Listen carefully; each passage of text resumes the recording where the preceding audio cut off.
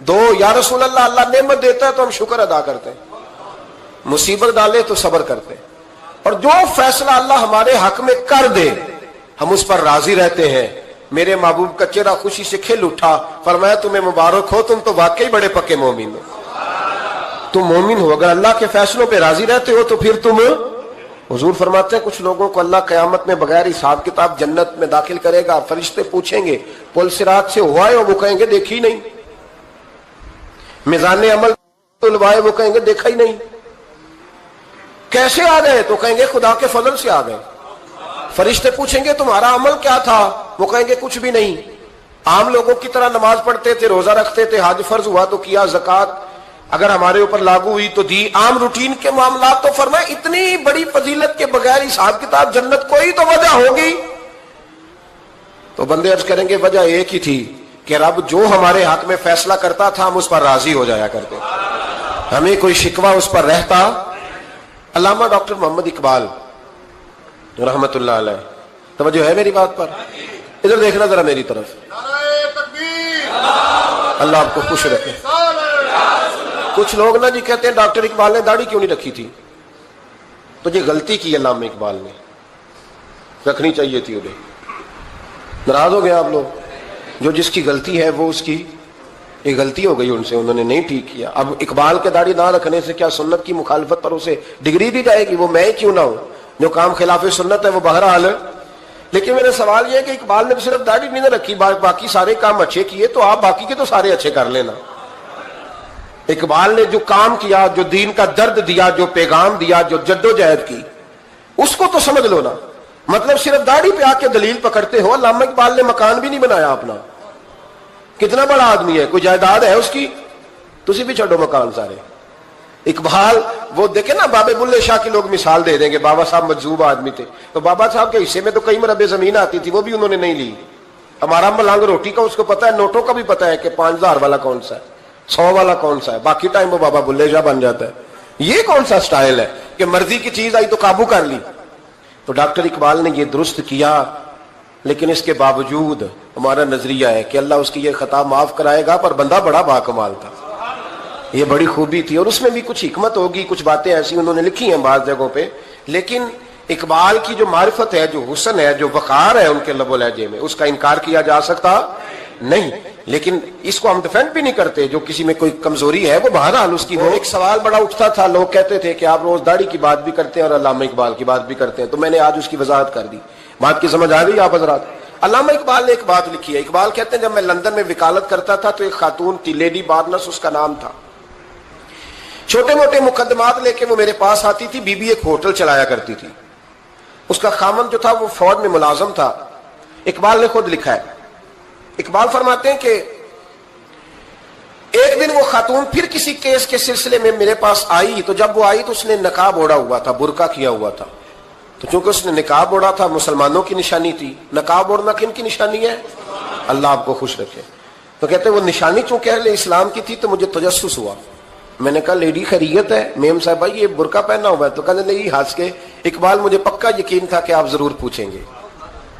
تو میں نے کہا اچھا تو یہ برقع؟ تو کہنے لگی الحمدللہ میں مسلمان ہو گئی۔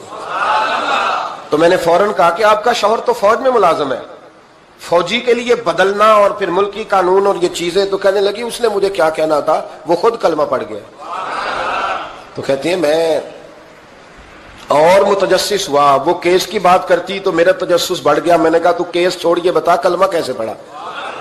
تو کہنے لگی اقبال اصل بات یہ ہے کہ میں نا بے اولاد تھی، خامد بھی بڑے اچھے پیسے کماتا، میں خود بھی ہوٹل چلاتی، پر ڈپریشن اور ٹینشن اور بلا وجہ کی پریشانیاں جان نہیں چھوڑ۔ یہ ٹینشن اور ڈپریشن کا نا مجھے عربی ترجمہ کوئی نہیں ملا، یہ ڈپریشن اور ٹینشن کا نا میں نے تلاش کیا ہے، لیکن مجھے عربی لغت کے اندر ان کے معنی مجھے لگتا ہے کہ اس زمانے میں یہ چیزیں تھی ہی نہیں، ہوتی تو ان کا کوئی نام بھی، یہ آج ہے نا تو اس لیے آج کے زمانے میں ہی نام ہے مفت کا، مفت کی پریشانی۔ تو کہتی ہے مجھے ٹینشن اور ڈپریشن رہتی تھی ہر وقت، بڑی میں پریشان رہتی تھی۔ میرے ساتھ ایک عجیب واقعہ ہوا کہ میرے ہوٹل میں نا ایک بابا جی برتن مانجتے تھے، بوڑھے آدمی تھے، 70 سال کے قریب عمر تھی۔ ان کا ایک بیٹا تھا، ایک بہو تھی، ایک پوتا تھا، لیکن وہ بیچارے بیٹا بیمار رہتا تھا تو لہٰذا وہ خود مزدوری کرتے۔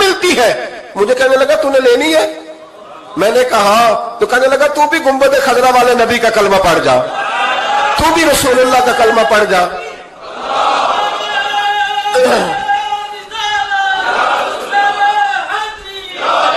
میرے محبوب کا کلمہ پڑھ، اللہ تجھے سکون عطا کرے گا۔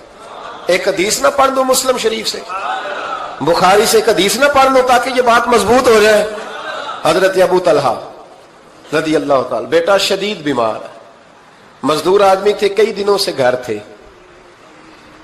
بیوی کہنے لگی اگر آپ گھر میں بیٹھے رہیں گے تو کھائیں گے کہاں سے، جاؤ آپ مزدوری کرو، میں بیٹے کو دیکھتی ہوں۔ ابو طلحہ مزدوری کرنے چلے گئے، شام کو آئے تو بیٹا فوت ہو چکا تھا۔ عورتیں بے حوصلہ ہوتی ہے نا اکثر، پر بیوی نے سفید کپڑا ڈال کے کمرے میں رکھ دیا۔ بیٹا، ماں اور بیٹا کو ناپ تکتا ہے رشتہ، بیٹے میں سفید چادر ڈال کے کمرے میں رکھ دیا۔ حضرت ابو طلحہ انصاری آئے، بیٹے کا کیا حال ہے؟ کہنے لگی اللہ کی رحمت میں ہے۔ اللہ کی، کیسا جملہ ہے؟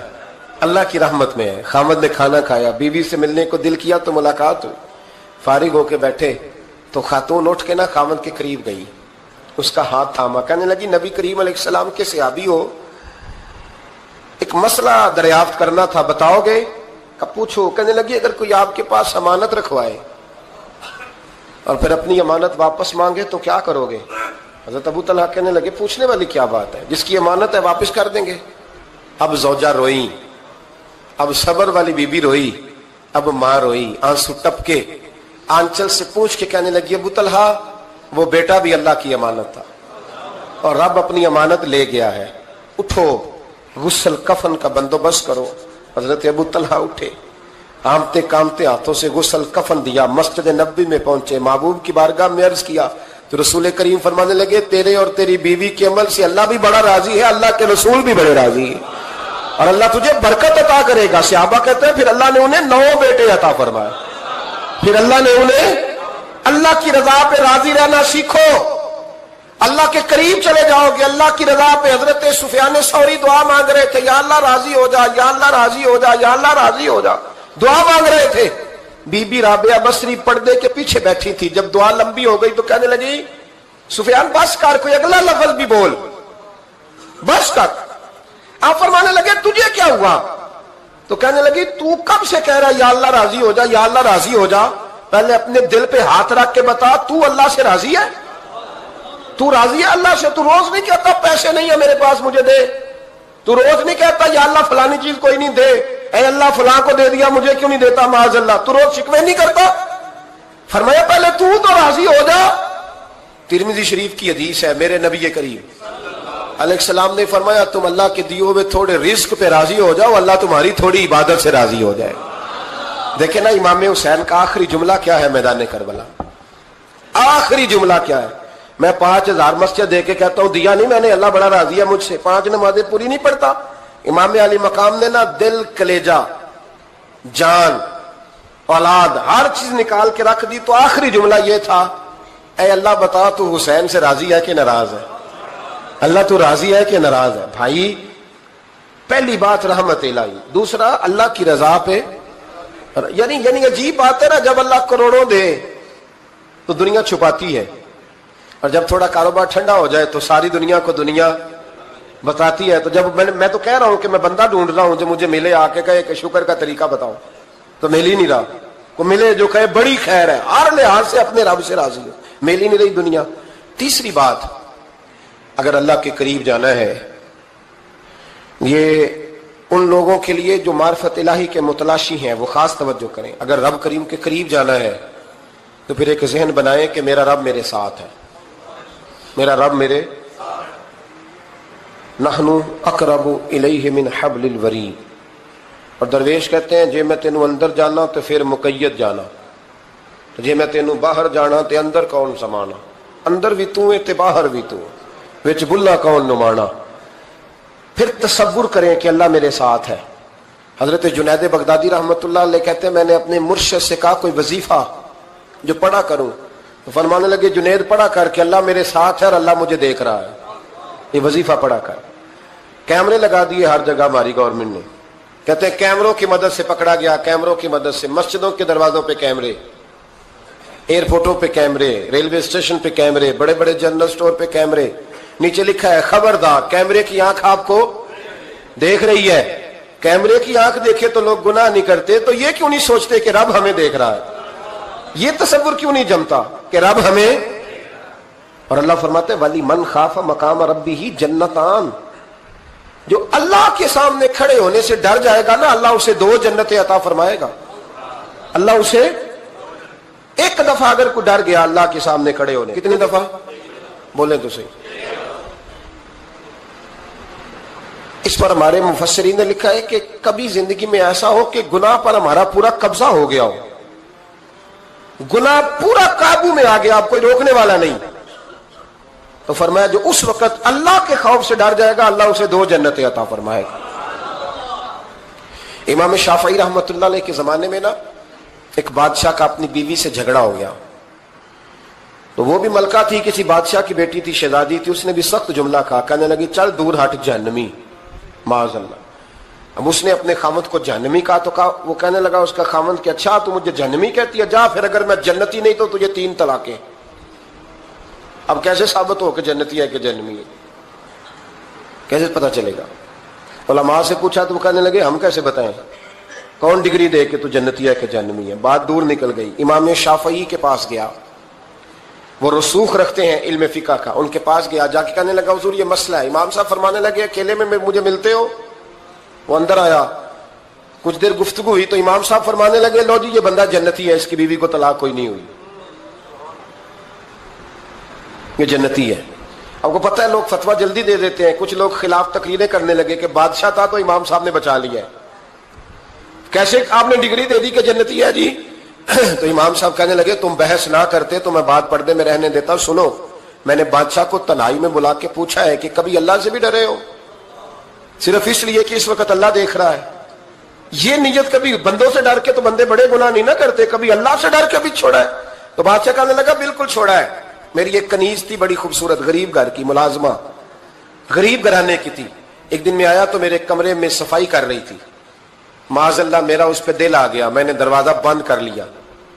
دنیا کی کوئی طاقت نہیں تھی، میرا اپنا محل تھا، مجھے کچھ دیکھ بھی لیتا تو کسی میں جرت نہیں تھی مجھے منع کرنے، اور میں چونکہ حکمران تھا اور مطلق العنان تھا کوئی شکایت بھی نہ کرتا، لیکن جب میں نے اس کی طرف ہاتھ بڑھایا تو اس نے ایک ہی لفظ کہا، کہنے لگی تو اللہ سے نہیں ڈرتا؟ تو اللہ سے نہیں ڈرتا؟ کہنے لگا کوئی نہیں تھا امام صاحب مجھے منع کرنے والا، کوئی نہیں تھا، لیکن جب اس نے کہا تو اللہ سے نہیں ڈرتا تو میں کانپنے لگا۔ میں نے اس سے معافی مانگی، غریب ملازمہ سے میں نے بادشاہ ہو کے معافی مانگی، میں نے معافی مانگی، پھر میں نے دروازہ کھولا، کہتے وہ چلی گئی۔ امام صاحب کہنے لگے اٹھ میرے سینے سے لگ۔ کہا حضور کیا ہوا؟ فرمایا جو تنہائی میں اکیلے میں ایک دفعہ بھی رب سے ڈر جائے اللہ اسے 2 جنتیں عطا فرمائے گا۔ تو جنتی ہے اس لیے کہ تو یار کبھی تو ایسا ہو، کبھی تو ایسا ہو بھولا گاہک ہمارے قبضے میں آ گیا ہو، ہم اپنا پورا اس پر تسلط رکھتے ہو پر ہم اللہ سے ڈر جائیں۔